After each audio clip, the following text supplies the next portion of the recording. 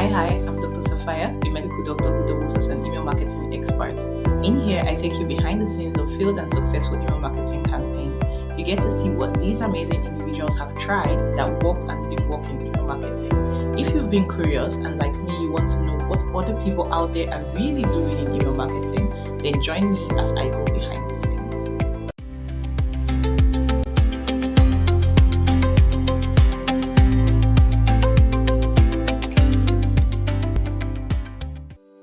And we're live.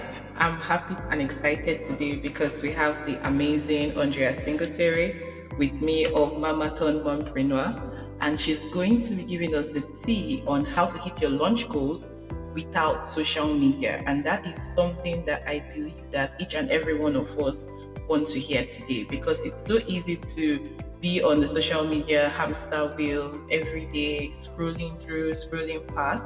And if there's an easier way for you to do it, I definitely want to know, and I'm sure you do. So today we have Andria. Welcome to the podcast, Andria. It's good to have you here. Thank you. You're welcome. She is a visibility strategist for moms. She's going to tell us why moms. And one thing she does that I love so much is the fact that she helps you free up time so that you can spend more time with your little ones. So if you want to drive sales, drive leads without having to depend on social media, Andria is the one for you. Andria, let's hear from you. How are you doing today? I'm doing great. Thank you so much for having me here. So let me just clarify. I don't just support moms. A lot of the women I do support aren't moms yet. But my messaging is primarily geared towards moms because one, I am a mom, and one of the biggest things that I felt was missing when I first joined the online space was a lot of the content and support out there really wasn't geared towards moms. You know, they were telling us to do all of these things when in reality we have little ones at home and don't necessarily have the capacity to post, multiple times on socials, creating reels every day, showing up in stories multiple times a day, creating carousels. Like, I wanted to create a space for moms who are in the thick of motherhood and running a business, and so that they could see it's possible and really help them to find a way that makes sense for them based in their season of life. And my messaging, although it is geared towards moms, it does resonate with a lot of other women who they're thinking about their future, who one day they do want to have kids, or even if they don't necessarily want to have kids, they don't want to be tied to social media. They don't want to feel like they have to keep doing this for the rest of their life in order to have a successful business. And so essentially I am showing women like there is a different way. Like, you don't have to be so rooted in social media where it takes over your life. Like, I just even think about like B-roll content. Like, people aren't living in the moment. They're pulling out their phone like, oh, this is good for B-roll content. Let me record me having dinner with some friends, when you're supposed to be living in that moment, enjoying, the company of your friends and family and stuff like that. So that's kind of like my whole thing. But like I said, I don't just support moms, I support women in general, but my messaging really is geared towards moms because not a lot of people out there are really showing how moms can do it, how you can be both a phenomenal mom and business owner. Yeah, definitely. And I think in your messaging, one thing that really stood out for me is spend less time on your phone, so less time scrolling and all of those things, and more times with your little ones. So for people who aren't moms, it's like, more time living in the moment, more time with family, more time doing the things you love. So I totally love, like, that particular line is it for me. I just want to put it out there. So as a mom, this particular question, as a mom anyway, what's your favorite time, summer or spring? Definitely spring, and it's because both of my kids, their birthdays are in April. So yeah, so I really do love the springtime, especially like it starts to warm up and winter, it's always so down. Like, even though where I live, like it's technically sunny most of the time and stuff, but I really love the springtime. It's just like things are renewed, like the flowers are blooming and different things like that. So I love the springtime. Okay, okay. My birthday is in April too, so Oh, okay. so let's look into this amazing launch that you did, right? Without social media, your first launch, your first successful launch without social media. And we're going to just dive right into it. You did this launch. And when did you do this launch? So I launched back in June 2024. All right. So in June 2024, Andrea did this launch and she did it without social media. She used her podcast and email marketing. And I've seen a lot of people do a lot of collaboration, social media, email marketing, in real life event, email marketing. But I don't think I've seen a lot of people do just email marketing and podcast. Usually it would be like maybe three-way. And so when I heard about it, I was pretty intrigued. And so we're going to be diving right into it. So let's start from what you wanted to achieve with this launch and why you decided to stick with. I mean, I know it's in line with your brand, and I think that's what I really love. Like it's pretty on brand. But why you decided to choose podcast to go with your email marketing and what you wanted to achieve with this launch? Yeah, so my goal for the launch was, well, just to kind of share, I was launching a membership. It's called the Social Media Detox Club, and essentially it's a visibility membership. So I support the members with increasing their leads, increasing their visibility without relying on social media, and we do it through primarily collaborations. And so my goal for this was to have 10 women join. I was like, if I can get 10 women in, work with them and like really work out like any kinks with the membership and just kind of really get everything laid out the way that I want it to, then I can focus on growing it even more. And so my goal is like, okay, 10 women in. And the reason why I decided to, just focus on email and podcasting is for a few reasons. Last year, I really saw like how my podcast was really a pivotal part of my business growth. The majority of my clients came from my podcast. Even current clients, they would tell me, like, if we were on a call, they would say, oh yeah, I remember you saying this in such and such podcast episode. And so I really was able to see how like my podcast was doing a lot of the heavy lifting for me. And then with email, it was the same thing. Like I love writing emails. Last year, I leaned heavily into email marketing. Like I even moved up to sending like 3 emails a week and everything like that. And I really was able to build this engaged email community. And so it just made sense. Like my podcast and my email made sense to go together. But also I wanted to lead by example.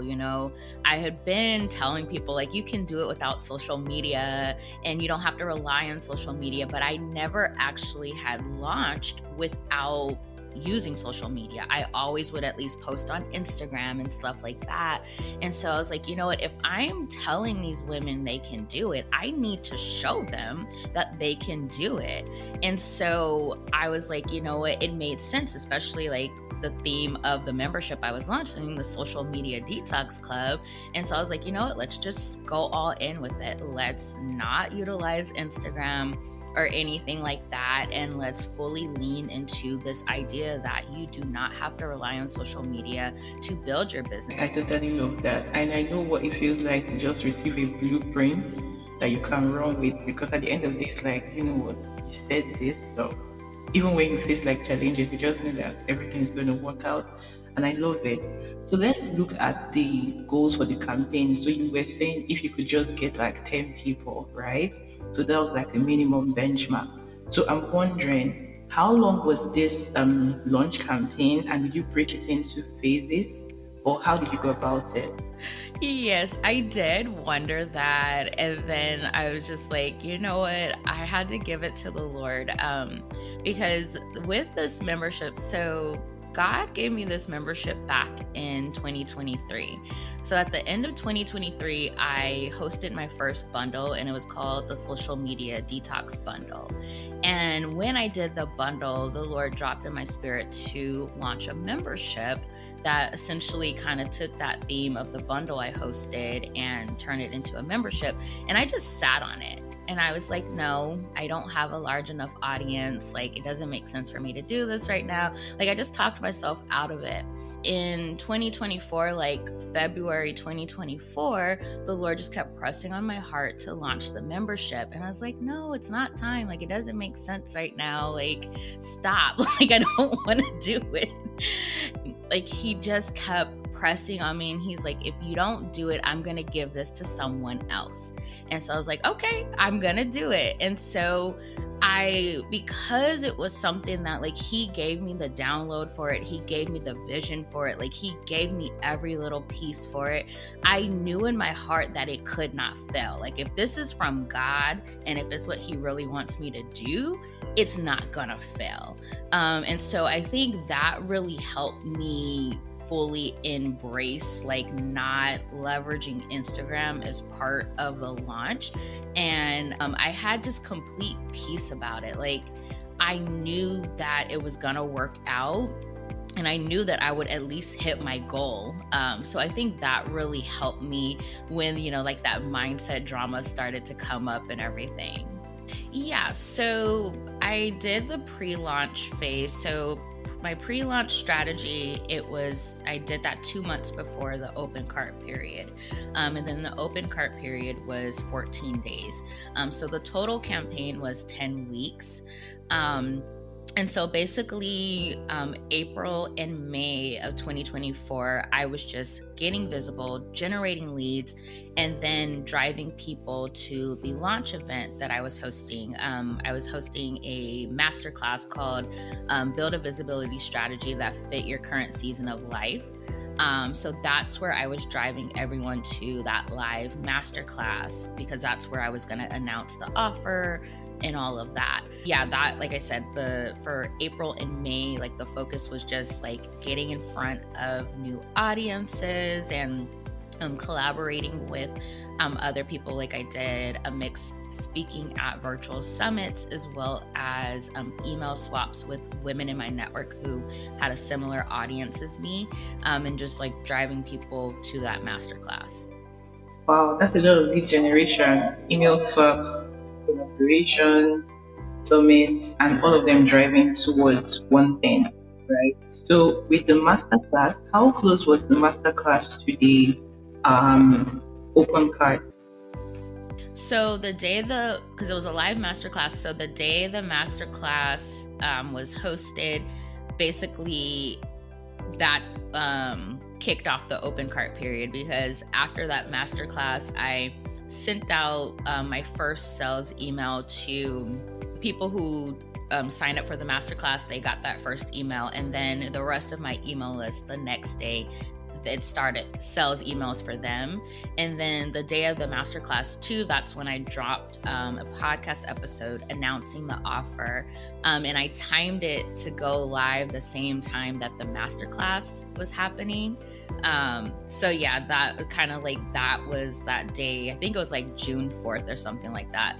That's kind of like, that kicked off the open cart period. Okay, that's great. So I want to go a bit into some of the pre-work that you did in the launch, right? So you talked about summits, you talked about email swap, and this was 8 weeks about 8 weeks before the open cards, based on like my calculation. So how did you keep people engaged, counting down from then to the masterclass that was going to hold to open cards? Yeah, so like I said, I focused on driving people to sign up for the masterclass, but also kind of like what I did was I still sent out regular emails, kind of getting them like hyped up about the masterclass. So like really speaking to like their pain points and how they were currently feeling, and just to kind of backtrack a little bit. So I had did market research before, kind of like launching everything. And one of the themes that I saw with like all of the responses I got was that people were burnt out on social media. They were tired of social media. They were tired of feeling like it was their only way. And so, I really spoke to those different things about like how they were feeling and really helping them to see like what was possible. how they could do things differently, how they didn't have to follow like that cookie cutter advice. We're often told when we start our businesses that you have to be on social media to be considered a legitimate business and everything. And so I really just spoke to those different things. And then also what I did was I drove them to other pieces of content. So like I was still publishing my podcast episodes. So I would drive them to, different podcast episodes that again kind of tied into this idea of building a visibility strategy that fits your current season of life, not relying on social media and everything. And so those things really helped keep them engaged. And then I also too did a few giveaways during the masterclass. And so I made sure to talk about that, making sure that they attend live so that they could enter the giveaways. Because I think I gave away 3 one-on-one sessions with me. I did those different strategies to kind of really keep them engaged and just really focusing on what they were currently feeling and validating those feelings and really helping them to see how the masterclass was going to help them find a better way, help them develop a strategy that worked for them. I really like that giveaway one because it's something I did recently. And I feel like when you're doing master classes and webinars, right, one of the things that I've seen work to drive show up rates and keep people engaged into the session is letting them know ahead of time that there's going to be a giveaway. People just seem to love to win, right? And once the giveaway is aligned with what it is that they want, and in line with what it is that you're promoting to them, it's a no-brainer. So it's all I need to do is show up and then be part of the giveaway. And then they just, take it hook, line, and sinker. So I love that idea, and I like that you took them to different content pieces. So now I'm wondering, we had people coming from summits and those other places for lead generation. But where did the podcast come in the launch? Was it just as lead generation, getting people to get to email? Or was there some other way you combined podcast in the flow? Yeah, so the podcast served multiple pieces or multiple steps in the whole process. So one of the things that I teach with podcast strategy is setting your podcast up as a sales funnel. So I leveraged it for one, lead generation, but also to nurture my audience and then drive them to initially to sign up for the masterclass, and then after the masterclass, driving them to join the membership. And so I created strategic pieces of content that essentially, tapped into, those who are in the awareness stage, and then tapped into those who were in that engagement stage, and then finally those who were deciding whether or not they wanted to move forward with me. So I have this whole framework for it, but I created different pieces of content that essentially met people where they were at in the customer journey. All right, so that's great. So again, I'm thinking we have these multiple pieces of content intertwining with each other. Now we have 2 audiences. We have the people who have been on your list already and the people who are coming in through lead generation, right? You send 2 different sets of emails and things, or did you stick to sending people the same thing after they had gone through the the welcome sequence and all of that before getting into your main email? So because the goal was for people to attend the masterclass, so during that pre-launch phase, I didn't do a welcome sequence. I just kept the focus on the masterclass. And so for instance, when it came to people who joined my email list through the email swaps that I did, the copy I provided for those emails who I was collaborating with, it was telling them they're signing up to join this masterclass, what the masterclass was about and everything. And so the emails that I wrote during that period, the focus was on the masterclass. So the goals of the masterclass, what they were going to take away from the masterclass, what they'll be able to achieve after applying the strategies taught in the masterclass. So that was the overall focus.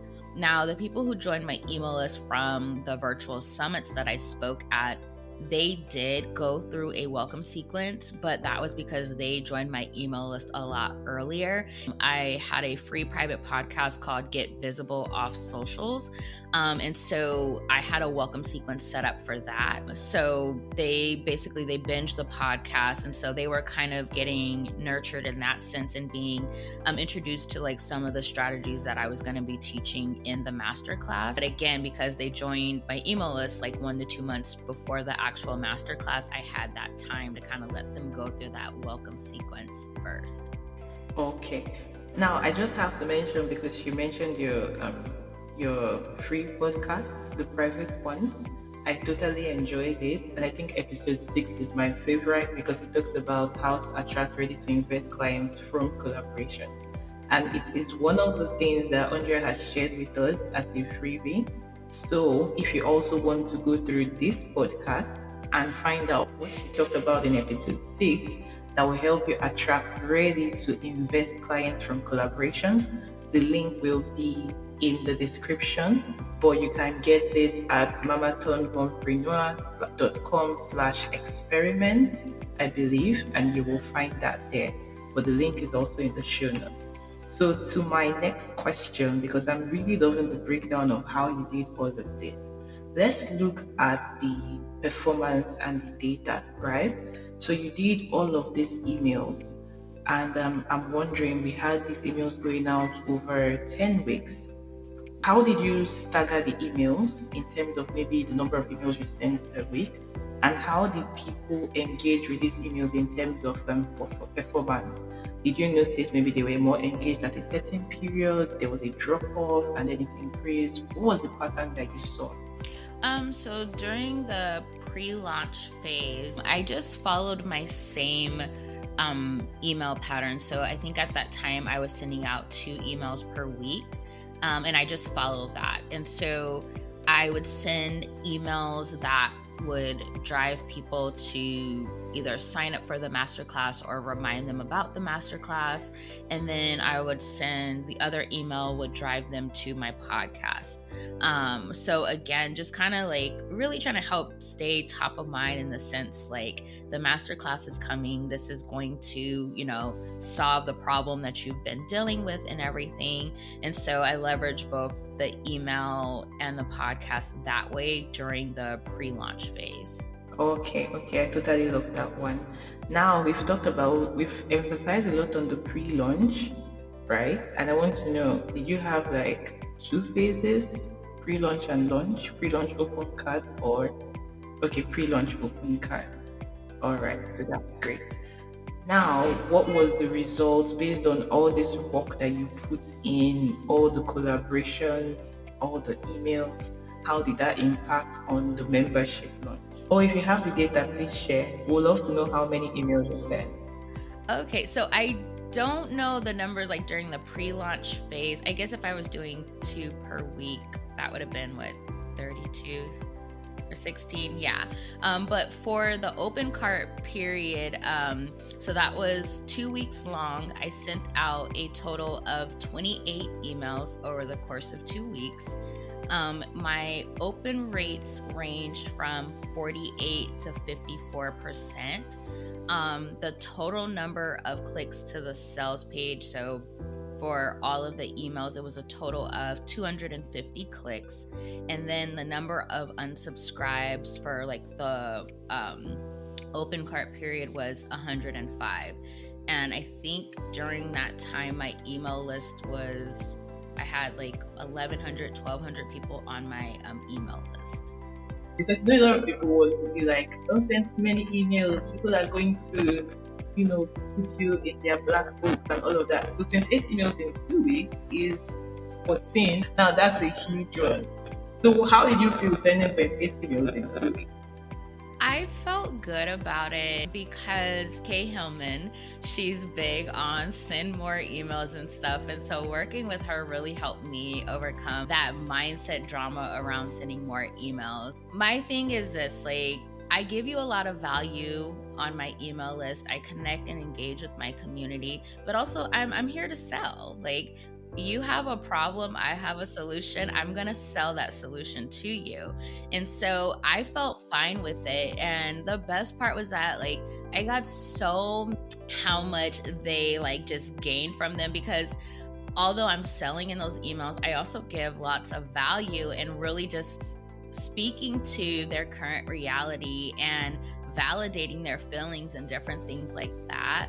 And so I felt really good about it. Like I writing the emails, I loved writing them. And I think that was the other thing with this offer. It was like the first time I had created an offer that I felt so in alignment with and had so much clarity on like who this offer is for and what problem it solves. And so I had all these creative ways to talk about it, and I got so many good questions, like people sending me DMs, people sending me emails, asking questions about the membership, that I was actually able to write even more emails. So I didn't start out actually with 28 emails.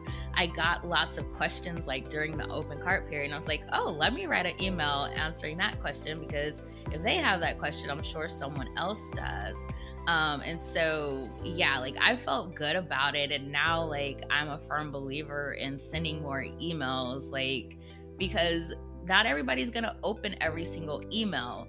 And it's like, you have to think about the different buyer types and, what stage of the customer journey people are in and all of that. And so you have to create emails for different people.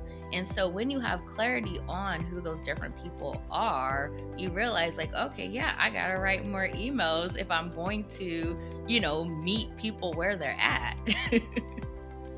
Wow, that's amazing. So you almost doubled your launch goal. Almost doubled it. That's huge. That's a really good one. I love it.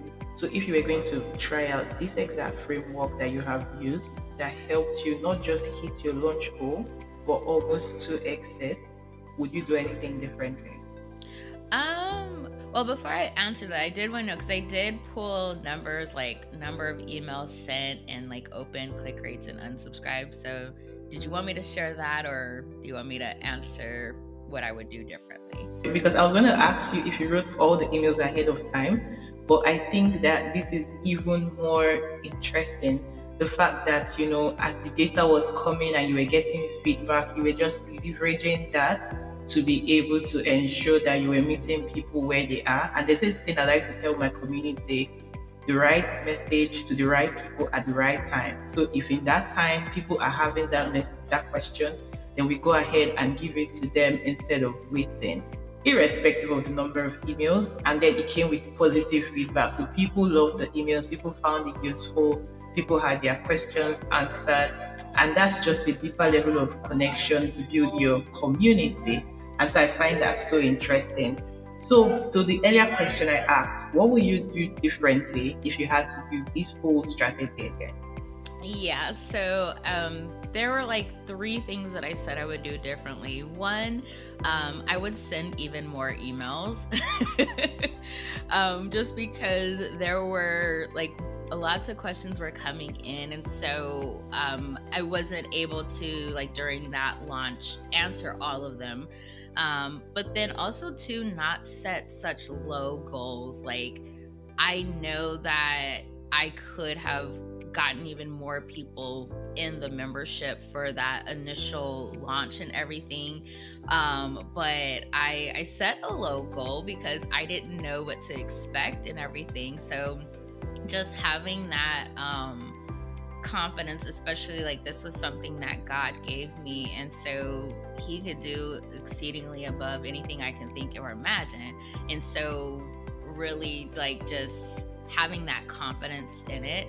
But I would say those would be like the two biggest things. I wanted to go back and I wanted to say something too that was different with this launch. A lot of the women who initially joined the membership, well, not a lot of them, like a couple of them, they kind of saw me build this membership behind the scenes. So like, for instance, the person who did like my sales page, she got to read the sales page copy. She was building out the sales page. So she knew she was going to join, and she was just waiting for me to send her the link. And then my coach, because she was working with me, like mapping out certain aspects of the launch plan and everything like that, she was like, okay, just send me the link so I can join. And so I think that was like one unique aspect of it. But then also, as the women were joining, they were going and telling other people about the membership and having sales conversations for me, essentially. And so that was a big part of the success of the launch too, is that they were bringing in other people during this open cart period. And even now, my current members, they're always bringing new people in. And so I thought that was just like a really amazing aspect of this offer, because I've never had that before with any of my other offers. And not to say that, the people I serve weren't served well or different things like that, but it really just goes to show like how much God's hand was on this offer and still is on this offer, and just how the women in my community, they're selling the offer for me. Like, they'll talk to people like, oh yeah, you need to join Andria's membership and different things like that. So I wanted to share that too. Yeah, and I see it a lot on threads. Like, I just see a picture, a testimonial, and then it's like, oh, and I'm like, I already know about this membership. And I really love how their heart is so in it. You could literally, if you see the testimonials, you just know that they are getting exactly what they want, and they love it so much that they just come in and tell you that, oh, this thing, I did this, we tried this out, and this is the result. And they're so excited. And the excitement is so contagious that you see it and it's like, why am I not in this room? I should get in this room. So it's so amazing like that, because I have seen it literally. Because I ask myself, like, what do I need to do to build this kind of connection with your audience? Just that they love what you do so much that without you telling them anything, you just go talk about it. And when they talk about it, you see a lot of people asking questions. So yes, I have seen the ripple effect of that particular thing. So thank you so much. Now I want us to go into a special segment. I call it the rapid fire. So it's a series of short questions, some around what you've said or things about you. So for the first one, there was somewhere I read, no, there was a time you mentioned that with your podcast, you see people convert from your podcast in about like 7 days. So go from listener to client in like 7 days. And I was really curious, like, how do you track it? Yeah, how do you track it? Because I feel like that's a really good metric to know, that somebody can listen to your podcast and it'll take them 7 days to go to, to convert to a client. So I was really curious about that. Yeah, so it's so funny because I can see it in real time. So I'll see that I get like a random spike in podcast downloads. Like, it'll be over 100 downloads and like, okay, new person binging the podcast. And then I get a follow on Instagram. They join my email list. And then when they convert into any of my offers, I ask, where they found me, how they heard about me. And it's always the podcast. And so I'm able to track that timeline from the time they listen to the podcast, they follow me on Instagram, they join my email list, and then convert into the offers. So I'm able to track it that way. And then also I use like the unique links. So like I have certain links that are just for the podcast, and then certain links that are just for my email. So I'm able to kind of track it that way too. But it's like, it's always the same process. Like I get the like spike in downloads, and then it's like around the same time they both join my email list and follow me on Instagram. And then they convert into the offer. So yeah, I'm able to kind of track it that way. I love how you know the process to a T, because during the conversation you talked about the customer journey, and I can see how you've already visualized it in terms of, it's not just visualize it, like you just know that this is the pattern for you. Podcast, follow, email lists, clients, like it's so great to have that much clarity, because there's a lot you can do about it and around it when you know what your conversion drivers are and the things you need to put in place to be able to like increase those numbers and parallels, right? So that's really great. So let me ask you, for you, what would you say your customer journey is? So if you're planning a launch, what are the customer journey phases you're anticipating? Yeah, so of course, the awareness stage, and essentially how I do that is a combination with my podcast and collaborations. And then even now, Threads has been really good for visibility too. So that's kind of like what I focus for, like the top of the funnel. And then for like the middle and then the end of the funnel, podcasts and my email list, those are the drivers for that. That's good. That's good. Now, this one is way up your alley and your expertise. If I were to launch without socials today, what's the number one thing you are going to tell me to do? Get visible. And I say this because that is a step that I see a lot of people miss. They build their offers in silence essentially, and then they throw the offer out there on socials, but then it's crickets. And the reality is that, like, you have to build an audience to sell to. So that means that you need to get visible, and it has to be more than just socials. Like, we really have to track like what is going on, and people are burnt out on social media, especially like we've had so much happen in the last few months, like the elections last year. People wanted to get off of socials because of that. Then right now, we have in Southern California the fires and stuff like that. Like, people are just tired of scrolling socials, and there's just a lot of negativity, and it's not all bad, but there is a lot of it. And so people are choosing to protect their peace, and they're getting off of socials. And so if you're constantly relying on social media as your visibility platform, well, not enough people are seeing you. So you have to look at like where people are going. People are listening to podcasts. People are attending like virtual summits and different things like that. People are signing up for bundles. So looking at other ways to get visible and generate the leads and grow your audience so that you actually have an audience to sell to. Like that's like, people have the other, so they have the marketing and the sales down, but you're not actually building a community to sell to. And so that has to be like top priority. So be visible. You all have heard it, like top priority, be visible. And it's not just about social media. I mean, when you talked about all the pre-work you did for the launch, summits, bundles, that's a lot of collaboration, email swaps, and you name it, you did all of it. So yes, I love that you're living your truth and staying visible and reminding us to be visible. So with this one, yeah, right, you've done podcast is your thing, and you've done summits. So if I was to ask you summits or podcasts, it's hard because I love both. Like, I love guesting on podcasts and having those one-on-one conversations, but I also love doing summits, especially when I'm able to do like either interview style or like a live panel discussion. So yeah, it's kind of hard to choose. I love both. Because even like last year I got to speak at an in-person conference, and it was kind of like a panel discussion, and I absolutely love that. So I think being able to engage that way and like have people ask me questions, I really love that. So it's kind of hard to choose between the two.